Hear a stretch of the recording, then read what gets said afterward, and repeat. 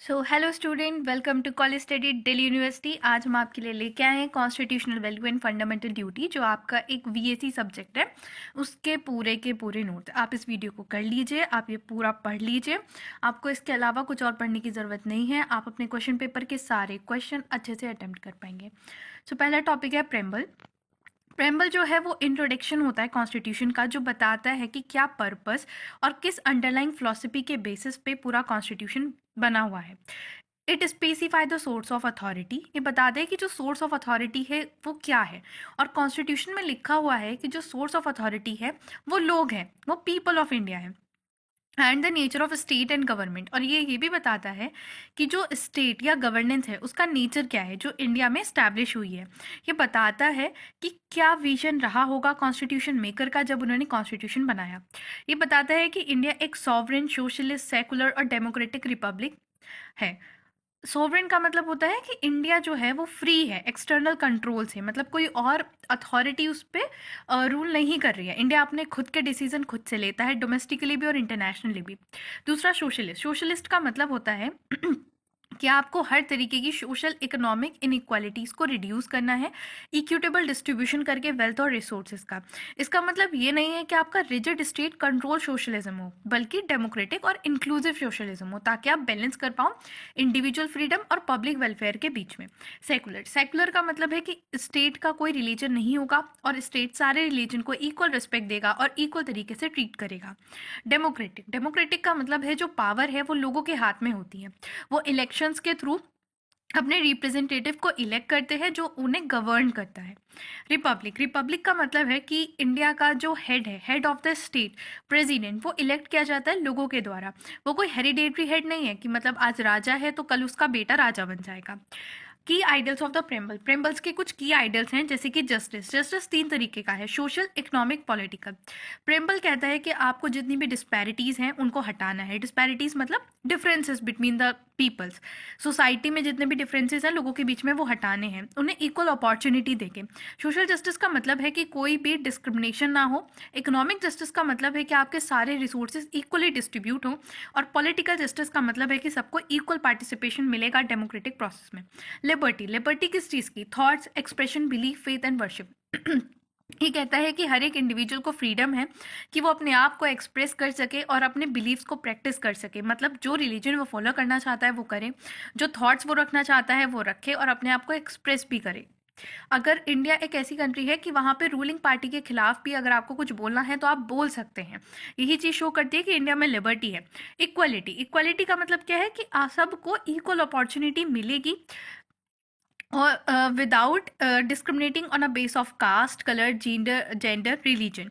सबको legal, same legal status मिलेगा और सोसाइटल अपॉर्चुनिटीज़ भी इक्वल मिलेंगी।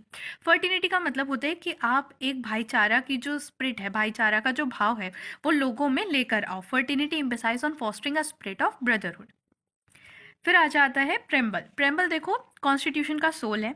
ये आइडियोलॉजिकल फाउंडेशन प्रोवाइड करता है जिसके बेसिस पे हम कॉन्स्टिट्यूशन को इंटरप्रेट कर पाते हैं। ये लीगली इन्फोर्सेबल नहीं है। It is highly significant in understanding the intent of framework. ये लीगली इन्फोर्सेबल नहीं है लेकिन ये बहुत ज़रूरी है।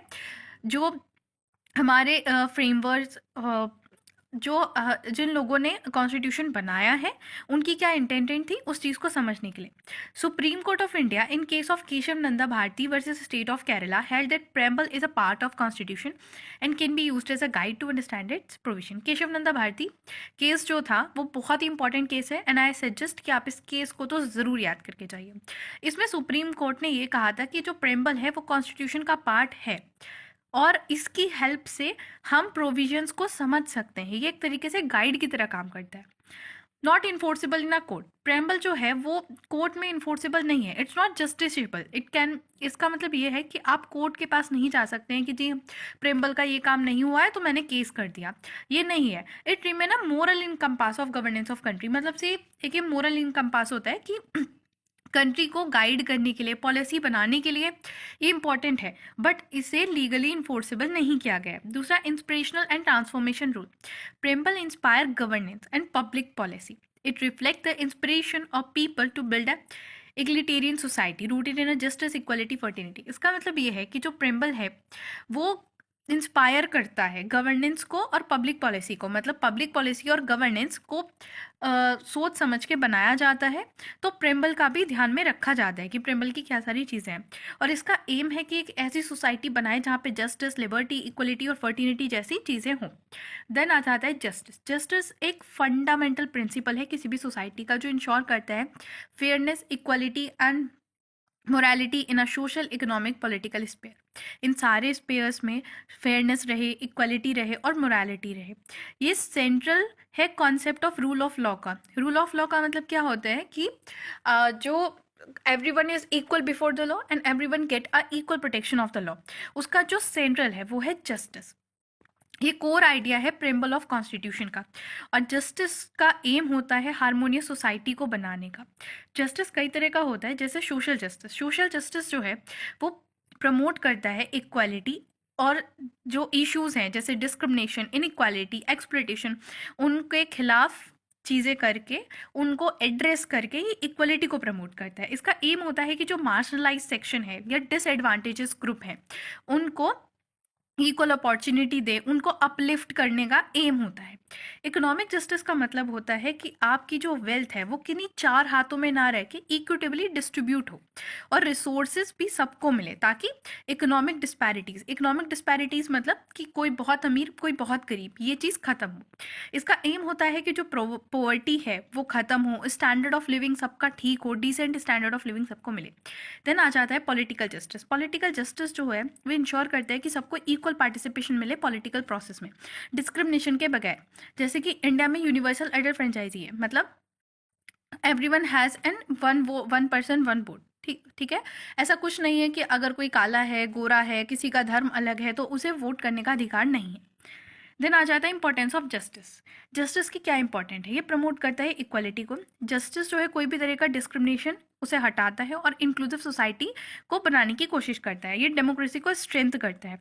ये गारंटी करता है इक्वल राइट एंड अपॉर्चुनिटी सबके लिए, और ये इंश्योर करता है जो प्रिंसिपल है फेयरनेस का, रिप्रेजेंटेशन का और अकाउंटेबिलिटी का, जो कि डेमोक्रेसी के मेन पिलर है, उनको अपहेल्ड करता है, मतलब उन्हें बढ़ावा देता है। ये हार्मोनी मेंटेन करता है, क्योंकि रूल ऑफ लॉ मतलब जो रूल्स हैं वो सबके लिए सेम है, इक्वल है। उनकी हेल्प से कोई भी डिस्प्यूट होता है तो वो सेटल डाउन किया जाता है फेयरली एंड इम्पार्शियली। देन एक कॉन्स्टिट्यूशनल गोल को पूरा करता है। जस्टिस जो है वो फाउंडेशन होती है, फाउंडेशन है कॉन्स्टिट्यूशनल आइडियल्स की, जैसे लिबर्टी, फर्टिनिटी, इक्वलिटी की। ये लॉ और मोरालिटी के बीच में एक गैप जो है उसको ब्रिज करता है और इंश्योर करता है कि कॉन्स्टिट्यूशन जो है वो ट्रांसलेट हो टेंजिबल बेनिफिट में, मतलब जो कॉन्स्टिट्यूशंस की प्रोविजन है वो असलियत में अप्लाई भी हो और लोगों के लिए बेनिफिट भी करें। देन है fundamental right. Fundamental right basic human rights हैं जो गारंटी किए हैं इंडिया के कॉन्स्टिट्यूशन ने अपने सारे सिटीजन्स के लिए, ताकि सबको डिग्निटी, इक्वालिटी और फ्रीडम मिल सके। ये पार्ट 3 ऑफ कॉन्स्टिट्यूशन में लिखे हुए हैं, आर्टिकल 12 से लेके 35 तक ऑफ द इंडियन कॉन्स्टिट्यूशन। ये जस्टिसेबल है। जस्टिसेबल का मतलब होता है कि अगर आपका फंडामेंटल राइट वायलेट होता है तो आप डायरेक्ट कोर्ट को अप्रोच कर सकते हैं। It mean they are enforce by the court if violated. अब की फंडामेंटल राइट है पहला, राइट टू इक्वालिटी, जो कि आर्टिकल 14 से 18 तक है। इसमें कहा गया है कि equality before the law and equal protection of the law, मतलब सब लोग इक्वल हैं कानून के सामने और सबको इक्वल प्रोटेक्शन मिलेगी लॉ की। कोई भी डिस्क्रिमिनेशन नहीं किया जाएगा रिलीजियस, कास्ट, कलर, जेंडर के बेसिस पे, और अनटचनेबिलिटी, इसके साथ साथ टाइटल्स को अबॉलिश किया जाएगा। देन राइट टू फ्रीडम, ये 19 से 22 तक बताया गया है। इसका मतलब है कि आपको स्पीच एक्सप्रेशन का फ्रीडम है, आप असेंबल हो सकते हो पीसफुली, एसोसिएशन मूवमेंट, आप कहीं भी रह सकते हो भारत में, कोई सा भी प्रोफेशन फॉलो कर सकते हो, इन सारी चीज़ की आपको फ्रीडम है। ये प्रोटेक्ट करता है लाइफ एंड पर्सनल लिबर्टी को भी अगेंस्ट द आर्बिट्री अरेस्ट, मतलब कोई भी आपको आर्बिट्री एक अरेस्ट नहीं किया जा सकता, डिटेंशन नहीं किया जा सकता, आपकी ये पर्सनल लाइफ को भी प्रोटेक्ट करता है। देन राइट अगेंस्ट एक्सप्लॉयटेशन, जो कि आर्टिकल 23 एंड 24 में एड्रेस किया है। ये प्रोहिबिट करते हैं किसी भी तरह का ह्यूमन ट्रैफिकिंग को, force labour, child labour, hazardous industry में, इन सारी चीज़ों को मना करता है। Right to freedom of religion, ये आर्टिकल 25 to 28 में है। ये अलाउ करता है कि आप कोई से भी रिलीजन को प्रैक्टिस कर सकते हैं, प्रोपोगेट कर सकते हैं, प्रोपोगेट मतलब फैला सकते हैं, और ये अलाउ करता है कि आप जो है रिलीजियस इंस्टीट्यूट भी खोल सकते हैं, मतलब रिलीजियस इंस्ट्रक्शन के लिए आप एजुकेशनल इंस्टीट्यूट खोल सकते हैं, जैसे कि मस्जिद खुला हुआ है, गुरुद्वारा खुला हुआ है, जहाँ पे लोगों को पढ़ाया जाता है अपने धर्म के बारे में, आप वो कर सकते हैं। देन आ जाता है कल्चरल एंड एजुकेशनल राइट, ये आर्टिकल 29 और 30 में इसके बारे में दिया हुआ है। इसका एम होता है कि ये प्रोटेक्ट करे माइनॉरिटी को और उनके कल्चर्स को, जो भी रिलीजन इंडिया में माइनॉरिटी में है उनको प्रोटेक्ट करे, और वो लोग अपना एजुकेशनल इंस्टीट्यूट भी खोल सकते हैं। देन आता है राइट टू कॉन्स्टिट्यूशनल रेमेडीज, ये बहुत ही इंपॉर्टेंट राइट है, ये आर्टिकल 32 में बताया गया है। ये प्रोवाइड करता है पावर कि आप डायरेक्टली अगर आपका कोई भी राइट वॉयलेट होता है तो आप सुप्रीम कोर्ट को अप्रोच कर सकते हैं फंडामेंटल राइट को इन्फोर्स कराने के लिए, और वो वेरिएट्स रिट्स ऑफर कर सकते हैं, जैसे कि habeas corpus, mandamus, prohibition, certiorari and quo warranto. ये इसलिए भी इंपॉर्टेंट है क्योंकि इसी की हेल्प से पब्लिक इंटरेस्ट लिटिगेशन का इन्फोर्समेंट हुआ है। आपके टॉपिक में है नहीं तो मैंने ज़्यादा बताया नहीं, बट आप इसे लिख के आ सकते हैं ताकि आप अपने आंसर को और इन्हेंस कर सकें। देन आ जाता है are fundamental duties justifiable, explain reason for not justiciable. Fundamental duties जो हैं वो पार्ट 4A आर्टिकल 51A में एक्सप्लेन की गई हैं इंडियन कॉन्स्टिट्यूशन के, बट वो जस्टिशिएबल नहीं है, मतलब आप उनके लिए कोर्ट के पास नहीं जा सकते कि आपकी ड्यूटी इन्फोर्सेबल नहीं है। ये 42nd अमेंडमेंट एक्ट 1976 के थ्रू ऐड की गई थी on the recommendation of Swaran Singh committee. Why fundamental duty are not justiciable, अब यहाँ पे रीजन दिए हैं कि फंडामेंटल ड्यूटी जस्टिफिशेबल क्यों नहीं है। पहला, nature of duties, fundamental duties का नेचर जो है वो मॉरल एथिकल गाइडलाइन है, ये कोई लीगल ऑब्लिगेशन नहीं है। ये सिर्फ इसलिए है ताकि सिटीजन्स को इंस्पायर कर सके कि वो एक्ट करे रिस्पॉन्सिबली और कॉन्स्टिट्यूशन वैल्यूज को अपहोल्ड करे, बट उनको इम्पोज नहीं करा गया है, जबरदस्ती नहीं है उनके साथ भी, वॉलेंटियर नेचर। ये ड्यूटी का एम था कि लोगों के अंदर एक वॉलेंटरली ये चीज़ आए कि वो अपने कॉन्स्टिट्यूशन को रिस्पेक्ट करे, वो सारी ड्यूटीज़ को फॉलो करे, इंस्टेड ऑफ कि उन्हें लीगली इन्फोर्स किया जाए। So it is voluntarily nature, avoid legal overarching. Enforcement of such duty might lead to excessive interference by state in a personal life. अगर ये ड्यूटी को इन्फोर्सेबल कर दिया जाएगा तो ये ऐसा शो करेगा कि एक इंडिविजुअल की लाइफ में जो कोर्ट है, जो स्टेट है, वो बहुत ज़्यादा इंटरफेयर कर रहा है। जैसे कि complying respect for national symbol और एडहेरेंस टू इन्वायरमेंटल प्रोटेक्शन को raise a practical challenge and lead to misuse. अब अगर हम ऐसे कहें कि नेशनल सिंबल की किसी ने रिस्पेक्ट नहीं करी, इस चीज़ को इन्फोर्सेबल बना दे, तो ऐसा भी हो सकता है कि कल के दिन को कोई किसी पे झूठा इल्ज़ाम लगा दे। अब इस चीज़ को प्रूव करना it's like so complicated. So over reaching को रिड्यूस करने के लिए, अवॉइड करने के लिए। दूसरा, अब्सेंस ऑफ डिटेल प्रोविजन। अब फंडामेंटल ड्यूटी का कोई भी ब्रॉडली जस्टिफिकेशन नहीं दे रखा है कि क्या क्या करना है, तो इसलिए कोई डिटेल प्रोविजन थी नहीं, इसलिए भी इन्हें जस्टिशेबल नहीं किया गया। दूसरा, role of awareness over penalty. इसका एम था ड्यूटी का सिर्फ अवेयरनेस क्रिएट करना सिटीजन्स के बीच में, ना कि उन्हें पैनलाइज करना, तो इसलिए भी इस चीज़ को जस्टिशेबल नहीं किया।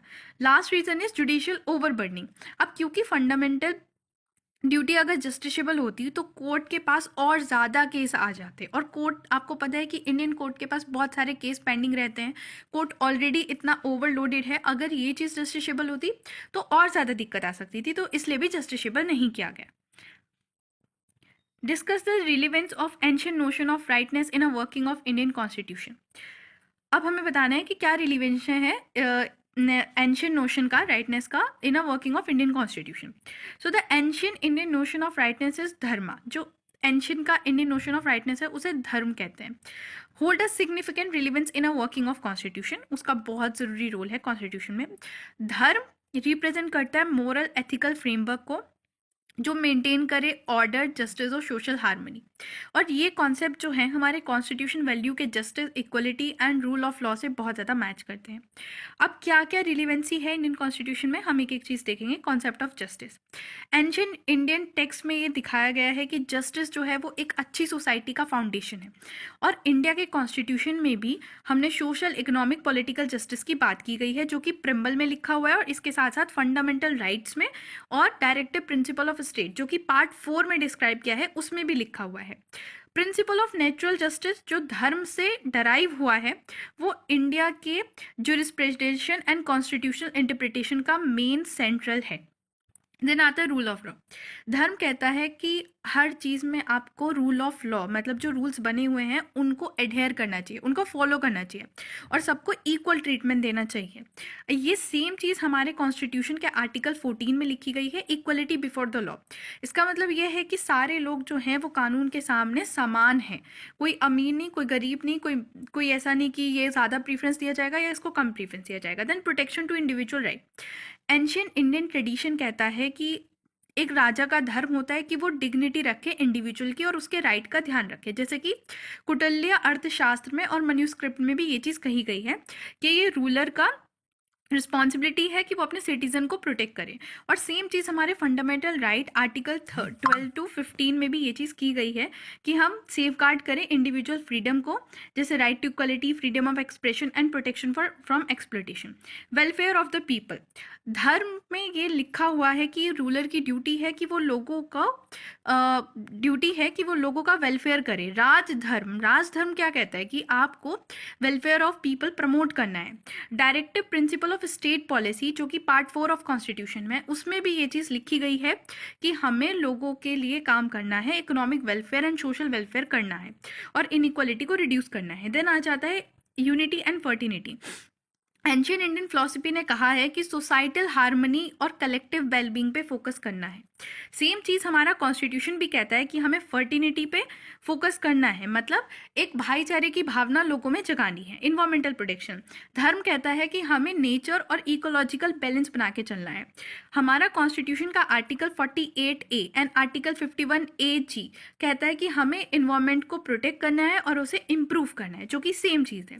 Then moral foundation and governance, ancient text जैसे कि महाभारत या रामायण, उन्होंने कहा है कि एथिकल गवर्नेंस होनी चाहिए और रूलर जो है वो अकाउंटेबल होना चाहिए, मतलब वो जवाबदेही होना चाहिए। अगर कुछ चीज़ें हैं तो उससे लोग पूछ सके कि आपने ऐसा क्यों किया, कुछ गलत किया, कुछ सही किया, उससे जवाब ले सके। सेम चीज़ इंडिया के कॉन्स्टिट्यूशन में है। चेक एंड बैलेंस है, जुडिशियल रिव्यू है एंड प्रिंसिपल ऑफ अकाउंटेबिलिटी है कि आप जाके पूछ सकते हैं गवर्नमेंट से कि आपने ये चीज़ क्यों की। चेक एंड बैलेंस है ताकि तीनों आपके जो ऑर्गन है एक दूसरे का ध्यान रख सके, ऐसा नहीं है कि कोई बहुत ज़्यादा पावर में रहे कोई कम। और जुडिशियल रिव्यू की जुडिशरी को अगर कहीं पे भी लग रहा है कि कोई लॉ ऐसा है जो लोगों के खिलाफ है तो वो उस लॉ को खुद से एक बार रिव्यू कर सकता है कि क्या ये सही है या नहीं। So what is the importance of article 14, 19 and 21 in the Indian constitution. Article 14, 19, 21 Indian constitution के फंडामेंटल राइट में आता है, जो कि पार्ट 3 में डिफाइन किया गया है। ये बताता है कि इंडिविजुअल के फ्रीडम को कैसे सेफगार्ड करना है, कैसे जस्टिस रखना है और इक्वालिटी को प्रमोट करने के बारे में। हम पढ़ते हैं आर्टिकल 14 के बारे में। तो आर्टिकल 14 कहता है इक्वलिटी बिफोर द लॉ, मतलब सारे लोग जो हैं वो इक्वल हैं before the law. The state shall not deny to any person equality before the law and equal protection of law within a territory, मतलब हर लोग जो हैं वो इक्वल हैं लॉ के सामने और सबको इक्वल प्रोटेक्शन मिलेगी लॉ की।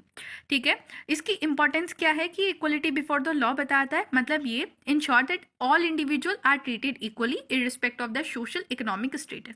दूसरा, equal protection of law, it means that law must apply equally to all the people, सब पे सामान्य रूप से अप्लाई किया जाएगा। दूसरा, जुडिशियल रिव्यू, ये कोर्ट को पावर देता है कि वो उस लॉ को रिव्यू कर सके जो उसे लग रहा है कि वो किसी भी इक्वलिटी का या फंडामेंटल ड्यूटी का वायलेशन कर रहा है। देन आता है स्ट्रेंथन सोशल जस्टिस, ये एक सेफ गार्ड की तरह एक्ट करता है against the arbitrary and injustice law. Then आ जाता है हमारा आर्टिकल 19। आर्टिकल 19 हमें प्रोटेक्शन प्रोवाइड करता है सर्टेन राइट को regarding a freedom of speech. इसकी प्रोविजन क्या है, all citizen shall have a right, सारे सिटीजन्स को ये राइट है। क्या, किस किस चीज़ के राइट है कि freedom of speech and expression, आप कुछ भी बोल सकते हैं, कुछ भी कर सकते हैं, आप पीसफुली असेंबल हो सकते हैं, आप फॉर्म कर सकते हैं एसोसिएशन या यूनियन, आपकी इंडिया की पूरी टेरिटरी में फ्रीली मूव कर सकते हैं, आप इंडिया के किसी भी पार्ट में सेटल हो सकते हैं, आप कोई सा भी प्रोफेशन प्रैक्टिस कर सकते हैं। देन इसकी इंपॉर्टेंस क्या है, the freedom of speech and expression allow करता है इंडिविजुअल को कि वो अपनी जो व्यूज़ हैं किसी डर के बगैर सामने रख सके। Freedom of assemble and association allow करता है सिटीजन्स को कि वो गैदर हो सके, प्रोटेस्ट कर सके और उन्हें एम्पावर करता है कि वो अपने थॉट कलेक्टिवली कह सके। Then freedom of movement and settlement, ये पीपल को अलाउ करता है कि वो कहीं भी जा सके कंट्री में, वो एक फ्रीनेस फील कर सके। देन आता है फ्रीडम टू प्रैक्टिस प्रोफेशन, ये लिबर्टी देता है लोगों को कि वो कोई भी ऑक्यूपेशन को चूज़ कर सके। जैसे कि पहले ऐसा होता था कि ऑक्यूपेशन डिफाइन थी कि अगर आप पंडित हैं तो आप वेद ही पढ़ेंगे, बट इसकी हेल्प से अब आप कुछ भी कर सकते हैं, you are free. Then reasonable restrictions, जो फ्रीडम हमारे ये जो फंडामेंटल फ्रीडम्स हैं वो एब्सोल्यूट नहीं है, कुछ रिस्ट्रिक्शंस लगाए गए हैं on a ground of security, public order, morality and sovereignty of country. Then आ जाता है आर्टिकल 21। आर्टिकल 21 आपको प्रोटेक्शन देता है लाइफ एंड पर्सनल लिबर्टी की। ये कहता है no person shall be deprive of his personal and of his life और personal liberty except according to procedure establish by law. इसकी इंपॉर्टेंस क्या है? Right to life and a personal property. Article 21 guarantee करता है कि no individual is deprive of their personal liberty, मतलब कोई भी इंडिविजुअल की जो पर्सनल लिबर्टी है, प्राइवेसी, उस वो हैम्पर ना हो। दूसरा, ये इंटरप्रेट करता है interpretation of life. Supreme court ने कहा कि लाइफ का मतलब सिर्फ ये नहीं कि आपका फिजिकल एग्जिस्टेंस हो, बल्कि सुप्रीम कोर्ट ने ये कहा कि लाइफ का मतलब सिर्फ इतना नहीं है कि आपका फिजिकल एक्सटेंड हो, बल्कि ये भी है कि आपके पास राइट हो कि आप डिग्निटी के साथ रह सको, आपके पास राइट टू एजुकेशन हो, हेल्थ, प्राइवेसी, क्लीन इन्वायरमेंट हो। दूसरा है protection against arbitrary state action. ये ना एक इंसान को प्रोटेक्ट करता है कि उसे कोई भी आर्बिट्री एक्शन से प्रिवेंट करता है, मतलब कोई भी आके एकदम से आपको से अरेस्ट नहीं कर सकता, कि उनको अलाउड होता है कि पहले वो एक लीगल और फेयर प्रोसीजर को फॉलो करें। देन आता है extensive scope. Supreme court has expand the scope of article 21 to include the various right under it like the right to privacy. Supreme court ने क्या किया है, अभी फ़िलहाल में ये जो आर्टिकल 21 था इसको और ज़्यादा एक्सपेंड करा है और राइट टू प्राइवेसी भी इसमें इंक्लूड करी है। और इसका एक लैंडमार्क जजमेंट था, that is KS Puttaswamy versus Union of Indian case. ये आप अच्छे से याद रख सको तो बहुत अच्छा है। आप constitution value and fundamental duties में अगर केस एंड सेक्शन आर्टिकल्स लिख कर आएंगे तो बहुत अच्छा रहेगा।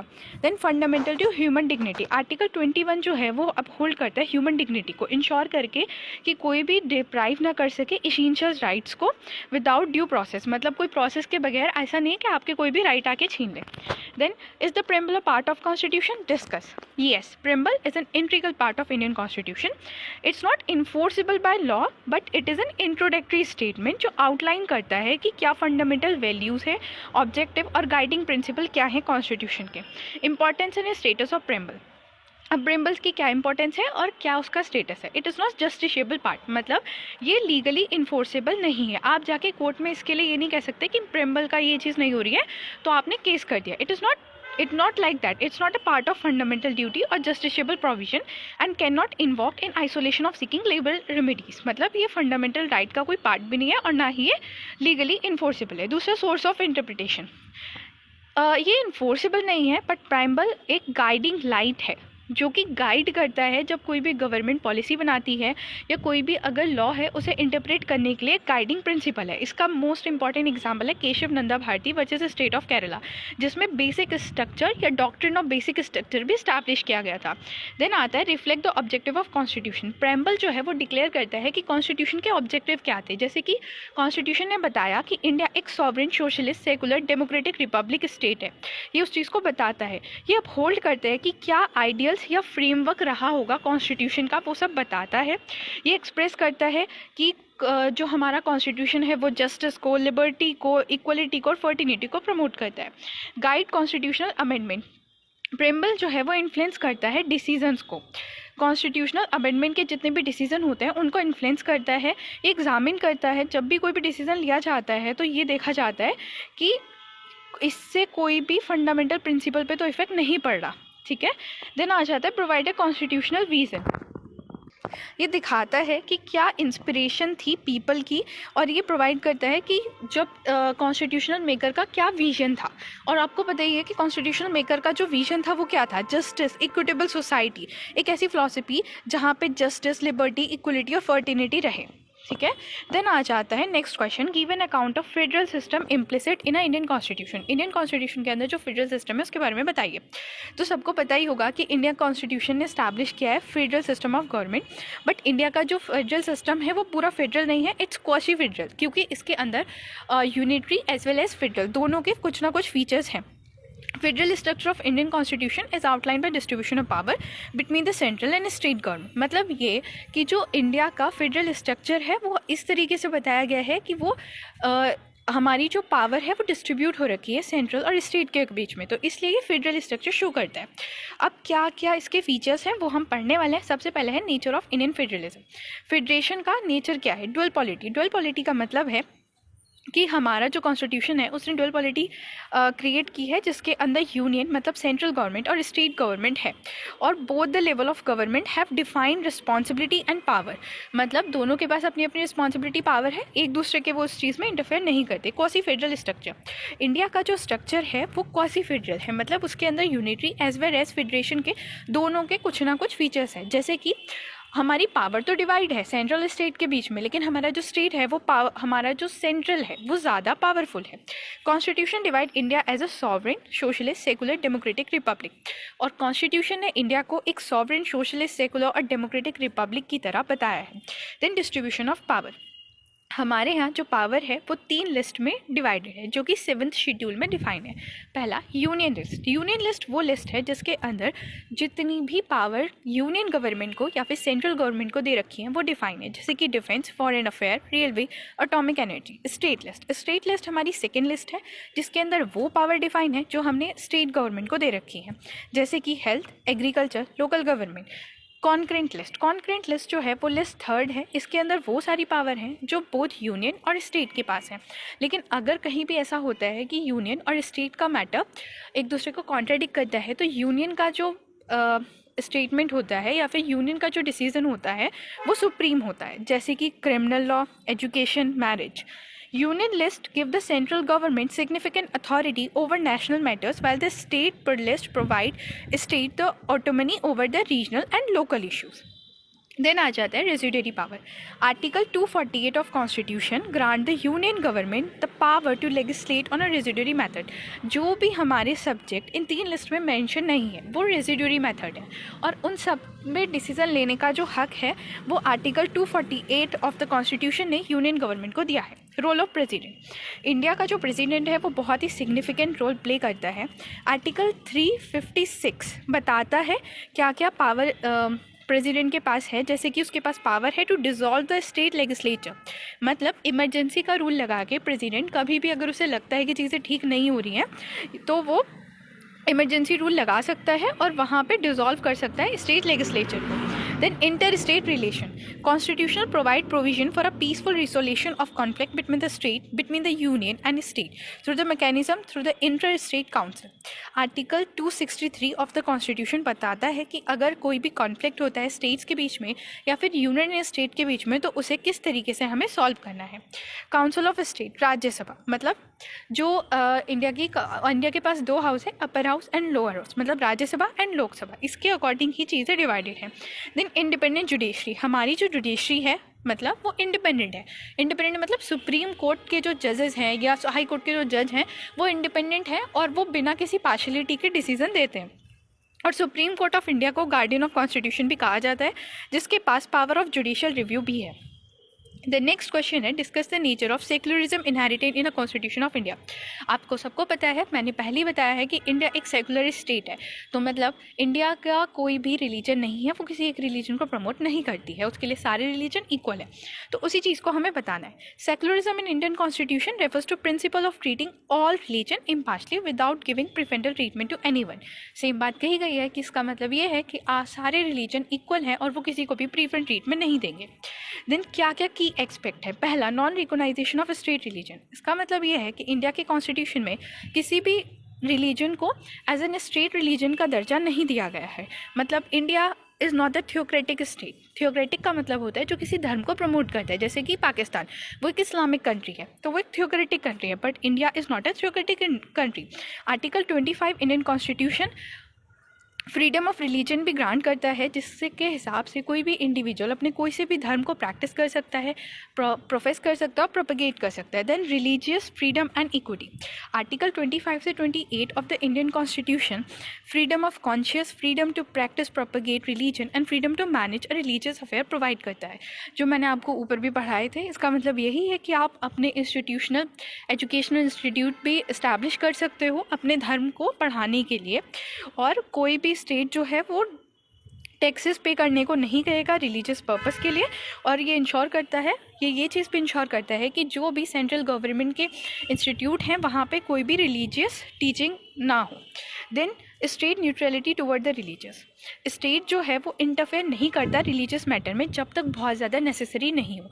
जैसे कि एक इशू था ट्रिपल तलाक का, वहाँ पे वुमेंस का इशू था और वहाँ पे बहुत ज़्यादा ज़रूरी हो गया था, तभी स्टेट ने उस चीज़ में इंटरफेयर किया, वरना वो रिलीजियस मैटर था, वहाँ पे स्टेट ने इंटरफेयर नहीं किया। स्टेट का जो रोल है वो न्यूट्रल ही रहता है, वो किसी भी चीज़ को, किसी भी रिलीजन में फालतू में इंटरफेयर नहीं करता है, ठीक है। देन पॉजिटिव सेक्युलरिज्म, इंडिया का जो सेक्युलरिज्म है ना वो पॉजिटिव सेक्युलरिज्म है और अकोमोडेटिव सेक्युलरिज्म है, जहाँ पे वो न्यूट्रलिटी ही मेंटेन नहीं करता बल्कि एक ऐसे इन्वायरमेंट को प्रमोट करता है जहाँ पे एक धर्म दूसरे धर्म के लोगों को टॉलरेट कर सके और इंक्लूजन कर सके। जैसे कि आप अभी बहुत सारे कंट्रीज़ देख रहे होंगे, आप पाकिस्तान का ही एग्जाम्पल ले लो, अफगानिस्तान का एग्जाम्पल ले लो, वहाँ पर ऐसा देखने में आया है कि मुस्लिम डोमिनेटिंग कंट्री है तो हिंदुओं को वहाँ पर परेशानी हो रही है, बट यहाँ हमारा इंडिया एक ऐसी कंट्री है जहाँ पे एक टॉलरिज्म भी प्रमोट किया जाता है कि सारे धर्म जो हैं वो एक दूसरे के साथ रहें। देन स्टेट में पॉजिटिव सेक्युलरिज्म, स्टेट में engage with religious community to ensure the societal justice, यहाँ पे ये कहा गया है कि सोशल जस्टिस को प्रमोट करने के लिए जो रिलीजियस कम्युनिटी के साथ स्टेट इंगेज हो सकता है, जैसे कि स्पेशल प्रोविजंस दी गई हैं माइनॉरिटी कम्युनिटी को ताकि उनका कल्चर, उनका रिलीजन, उनका एजुकेशनल राइट कोई भी छीने ना, ठीक है। Culture right of religious minority, article 29 और 30 ये प्रोवाइड करता है right to culture and educational minority, ताकि जो माइनॉरिटीज़ हैं वो अपने कल्चर को, अपनी लैंग्वेज को प्रमोट कर सके और प्रिजर्व कर सके। स्टेट इंटरवेंशन इन रिलीजियस अफेयर, देखो मैंने अभी बोला कि स्टेट फालतू में किसी भी रिलीजियस मैटर में इंटरफेयर नहीं करता है। जैसे कि सुप्रीम कोर्ट ने कभी भी ऐसा नहीं किया कि फालतू में किसी भी चीज़ में कूद गया हो, बट कुछ इश्यूज़ होते हैं, जैसे कि अनटचनेबिलिटी का इशू है, वो रिलीजियस ग्राउंड पे लोगों ने जस्टिफाई कर रखा था, बट वो डिस्क्रिमिनेशन था, उसकी वजह से लोगों को दिक्कत हो रही थी, तो तब स्टेट ने उसमें इंटरफेयर किया। वुमेन राइट्स इक्वलिटी की अगर कहीं बात आ जाती है तब स्टेट इंटरफेयर करता है। Equal treatment of religious community, constitution हमेशा ये ध्यान देता है कि जो सारे रिलीजन की कम्युनिटी है उनको इक्वल ट्रीटमेंट मिले, इक्वल अपॉर्चुनिटी मिले।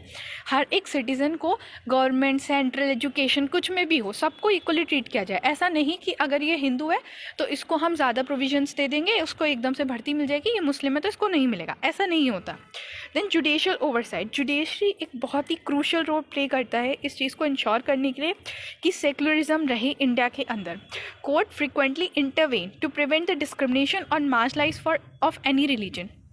कोर्ट कई बार ऐसा देखा गया है कि कहीं भी अगर जो मार्जिनलाइज्ड रिलीजन है या एक छोटा रिलीजन है उसमें कोई दिक्कत आती है, उनको डिस्क्रिमिनेट करने की कोशिश की जाती है, तो कोर्ट उसमें एकदम से आ जाता है, जैसे कि सबरीमाला केस एंड ट्रिपल तलाक केस। देन आता है secularism in governance, secular character of the state is evident on how the government operate, religious belief do not influence the policy of government. आप ये भी देख सकते हैं कि इंडिया का जो सेकुलरिज्म है वो इस चीज़ में भी दिखता है कि किस तरीके से इंडिया की गवर्नमेंट जो है वो रूल करती है। यहाँ पे जितनी भी पॉलिसी या गवर्नेंस है कंट्री की, उसमें किसी भी तरीके का रिलीजियस बिलीफ का इंटरफेरेंस नहीं होता, और इवन कोई भी पॉलिटिकल पार्टी या कोई भी पॉलिटिकल कैंडिडेट डायरेक्टली रिलीजियस के बेसिस पे वोट वगैरह भी नहीं मांग सकता है।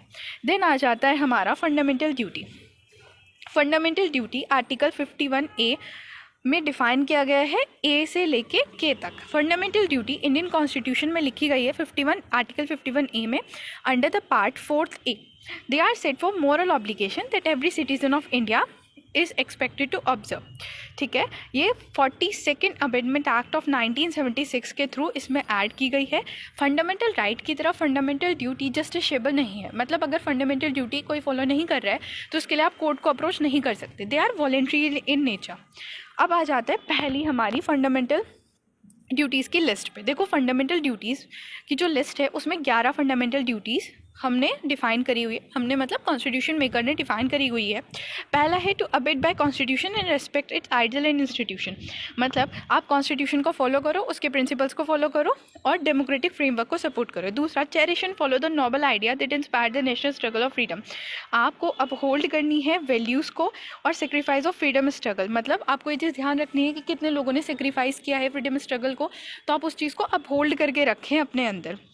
uphold and promote the sovereignty, unity and integrity of India. Citizens must work to safeguard the Indian sovereignty, national integrity and unity. मतलब जो नेशन की सोवर्निटी है, सोवर्निटी मतलब कोई और इस पर रूल ना कर सके, नेशन की इंटीग्रिटी और यूनिटी के लिए सिटीजन्स को काम करना चाहिए। ऐसा नहीं कि आप दंगे फसाद करा रहे हो बेफालतू के, ऐसा नहीं।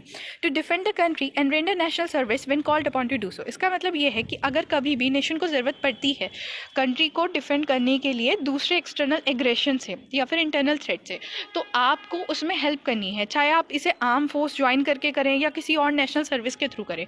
To promote harmony and respect of common brotherhood, मतलब आपको फर्टिनिटी वाला प्रिंसिपल अपहोल्ड करना है, मतलब भाईचारे की भावना रखनी है अपने अंदर, irrespective of the caste, colour, gender और रीजन। दूसरा, to value and preserve the rich heritage of our composite culture. हमारा जो कल्चर है इंडिया का वो सबको पता है बहुत ज़्यादा डाइवर्स है, तो यहाँ पे कहा गया है कि आपको अपने डाइवर्स कल्चर की रिस्पेक्ट करनी है, प्रमोट करना है और अपने कल्चर हेरिटेज को प्रोटेक्ट करके लिखना है। ऐसा नहीं कि किसी किले पे गए तो उस पर किलम काटी करके आ गए, ऐसा कुछ नहीं। Then to protect and improve the natural environment. आपका जो नेचुरल इन्वायरमेंट है, आप जिस इन्वायरमेंट में रह रहे हो, आप उस इन्वायरमेंट को प्रोटेक्ट करो, कंजर्व करो, सस्टेनेबल यूज़ करो उसका। देन आता है to develop the scientific temper, humanism and the spirit of inquiry and reform. ये इनकरेज करता है सिटीजन्स को कि वो एक रेशनल इंक्लूसिव माइंडसेट को रखें, साइंटिफिक रिसर्च करें, सोशल रिफॉर्म्स लेके आए जिससे ह्यूमन का वेलफेयर हो। To safeguard the public property and avoid the violence, मतलब आपको पब्लिक प्रॉपर्टी को प्रोटेक्ट करना है, गवर्नमेंट प्रॉपर्टी को भी प्रोटेक्ट करना है और किसी भी तरीके का दंगा फसाद नहीं करना है। To strive toward excellence in all sphere of individual and collective activity. ये सिटीजन्स की ड्यूटी है कि वो अपने पर्सनल और प्रोफेशनल लाइफ में बहुत अच्छा करें और कंट्रीब्यूट करें toward the welfare of the nation and the society. To provide opportunity for education to children between the age of 6 to 14। ये ड्यूटी है, रिस्पॉन्सिबिलिटी है सिटीज़न की, वो इंश्योर करें कि जो भी बच्चे हैं 6 से 14 एज के उनको एजुकेशनल अपॉर्चुनिटी मिले ताकि हमारे नेशन का जो फ्यूचर है वो ब्राइट हो सके। सो इसी के साथ आपका पूरा ये ख़त्म होता है। आप इस कंटेंट को पढ़ लीजिएगा। पार्ट 1 मैंने बना दिया था, ये पार्ट 2 है, अच्छे से दोनों को देख लीजिएगा। इसके अलावा आपको कहीं से कुछ भी पढ़ने की ज़रूरत नहीं है, आप बहुत अच्छे से अपने आंसर्स लिख के आ जाएंगे। एंड वीडियो को लाइक करें। Thanks for watching. चैनल को सब्सक्राइब करें।